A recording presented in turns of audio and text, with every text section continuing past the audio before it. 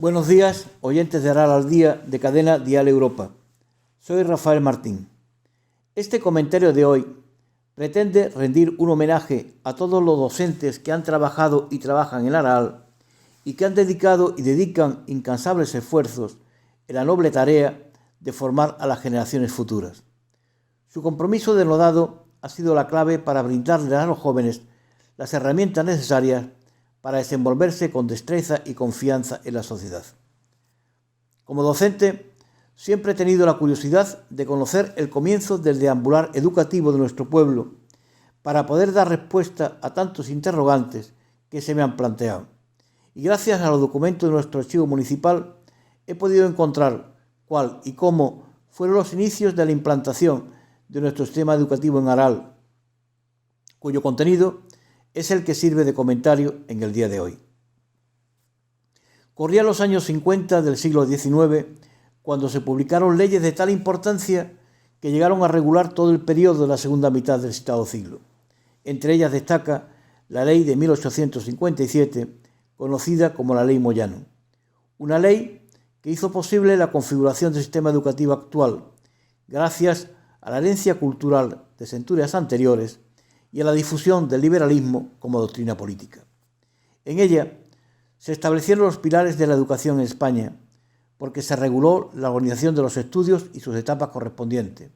Se estableció la obligatoriedad de la enseñanza elemental, así como otras cuestiones como el relevante papel que habían de asumir los municipios o los organismos responsables de las tareas educativas. La organización de la enseñanza a lo largo de esta etapa se estructuraba en dos ciclos distintos. Uno primero, denominada primera enseñanza, que se dividía a su vez en dos segmentos fundamentales, la elemental y la superior.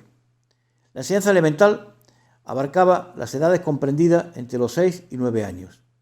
Era de carácter obligatorio y gratuito para las familias con escasos recursos. Durante este periodo, los educandos adquirían los conocimientos fundamentales para sentar las bases para su desarrollo intelectual y académico a través de la lectura, la escritura, principios de gramática castellana y de aritmética, así como de doctrina cristiana. En paralelo, la enseñanza superior constituía la segunda subdivisión de la primera enseñanza y se destinaba a los estudiantes de 10 a 12 años. Aquí se profundizaban y ampliaban los conocimientos adquiridos, incluyéndose principios básicos de geometría, de historia y geografía y nociones generales de física. En el caso de las niñas, se sustituían algunas materias por labores o nociones de higiene doméstica. Una vez concluida esta primera etapa, se accedía a la segunda enseñanza, que se extendía a lo largo de 6 años, abarcando las edades desde los 12 hasta los 18. Esta etapa se dividía también a su vez en dos subetapas, consolidando la educación de los estudiantes durante su adolescencia. En el Aral, solo un 14% de alumnos estudiaban en esta etapa, de un total de más de 800 empadronados. En este municipio, al igual que en la mayoría de los núcleos rurales, se priorizó la enseñanza elemental, dada su obligatoriedad, aunque la enseñanza superior también desempeñaba un papel significativo y era impartida generalmente en la modalidad de enseñanza domiciliaria. Sin embargo, se enfrentaban a desafíos considerables, entre ellos un alto índice de absentismo, consecuencia de la propia realidad socioeconómica del municipio que generaba obstáculos considerables. Según datos extraídos de los censos de 1882 y 89, ratifican este elevado absentismo, especialmente las niñas, que llegó a alcanzar hasta el 80%, al contrario que los niños cuyo absentismo estaba en torno al 30%. Solo 34 niñas asistían con asiduidad a la escuela de un total de 200 que en edad obligatoria conformaba el censo. También la flexibilidad que la propia ley permitía con relación a la asistencia del alumnado a los centros docentes podría haber influido como una nueva causa, dado que el alumnado podía recibir clases en sus casas sin tener necesidad de asistir a los centros educativos. Una flexibilidad que se mantuvo hasta bien entrada el nuevo siglo a raíz de la Ley General de Educación de 1970. La realidad socioeconómica de la mayoría de las familias, junto con otros factores, como el escaso interés de la política municipal que prestaba en este servicio básico, contribuía al elevado índice de absentismo escolar. Una de las razones fundamentales era que el municipio asumía la responsabilidad financiera de todos los aspectos relacionados con la educación. Una carga financiera que incluía el pago de salarios a maestros y auxiliares, el arrendamiento de sus casas, material didáctico, mantenimiento de los edificios, así como las casas arrendadas de las distintas escuelas. En alguna que otra ocasión, el inspector que solía girar visitas a las escuelas, quizá una vez y no todos los años, llegó a llamar la atención, en una ocasión, a la llamada Junta de Instrucción Local por el elevado absentismo y su escasa o nula operatividad. Esta Junta era un organismo que regulaba y controlaba todo lo relacionado con la educación local.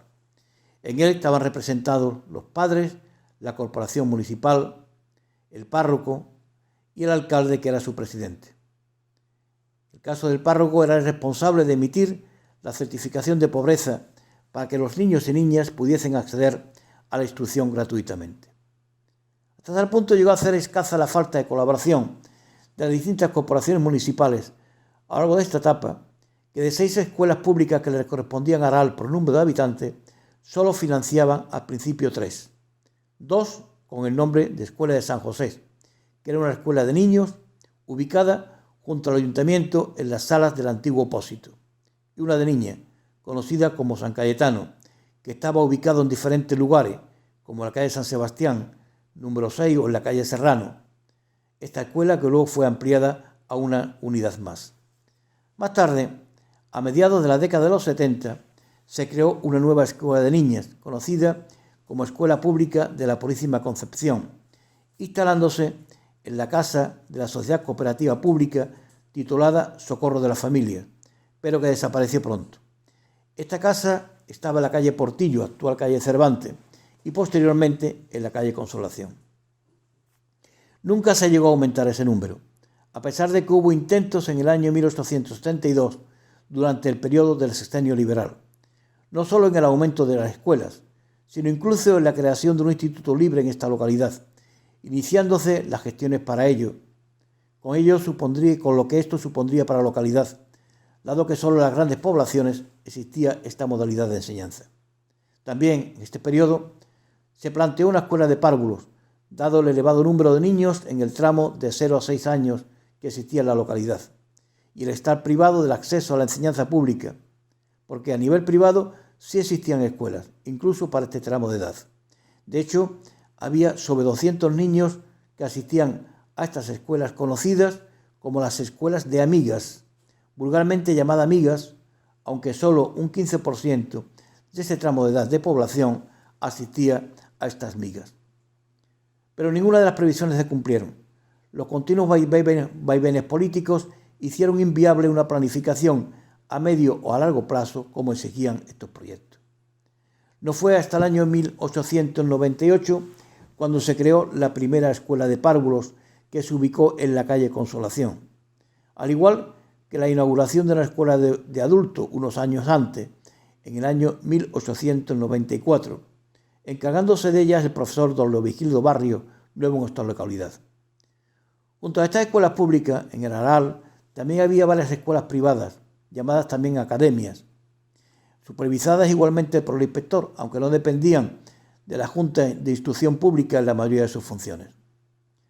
Siempre fue un verdadero problema para el ayuntamiento el espacio para las escuelas, a pesar de que el único edificio que le fue transferido por el gobierno, producto de la desamortización, fue el exconvento de San Roque, siempre con la condición de que las escuelas de la villa tendrían que ubicarse en el citado lugar. La ubicación del mismo en el extrarradio de la villa dificultaba su instalación, ante la negativa tanto de padres como de maestros, por la lejanía del lugar, prefiriendo otros locales, quizás menos acondicionados, pero más cercanos a su domicilio, porque todos se ubicaban en lugares céntricos. Esto llegó a causar importantes enfrentamientos entre la Junta de Instrucción Pública con las autoridades municipales aralenses. Ya después de tantos años, en torno a 100, este edificio del exconvento de San Roque llegó a convertirse en el centro de más antigüedad de esta localidad, a ser inaugurado en el año 1950 e iniciar la docencia en el curso 1950-51 hasta la actualidad. Al Aral, por su número de habitantes, le correspondían 3 escuelas de niños y 3 de niñas, al tener más de 4.000 almas, pero las distintas corporaciones municipales siempre fueron muy reticentes a esta ampliación, dadas las razones anteriormente expuestas. A lo largo de la segunda mitad de este siglo, aproximadamente 25 maestros y maestras, tanto la enseñanza pública como la privada, junto con más de 10 auxiliares, desplegaron esfuerzos denodados para enfrentar las enormes dificultades existentes en la educación local. Su labor incluía la lucha contra el elevado absentismo, la masificación de las escuelas, las condiciones económicas en la sociedad, en la localidad y la escasa colaboración de la municipalidad. El cambio de siglo marcó nuevos horizontes en el ámbito educativo, con una mayor preocupación por las autoridades municipales por eliminar los problemas del analfabetismo, siendo la baja escolarización el principal obstáculo. La creación de nuevos espacios educativos, como las escuelas graduadas nacionales, inauguradas en el año 1919, fue un reflejo del compromiso de la Junta de Instrucción Local del Aral y por ende de la Corporación Municipal para abordar estos desafíos educativos.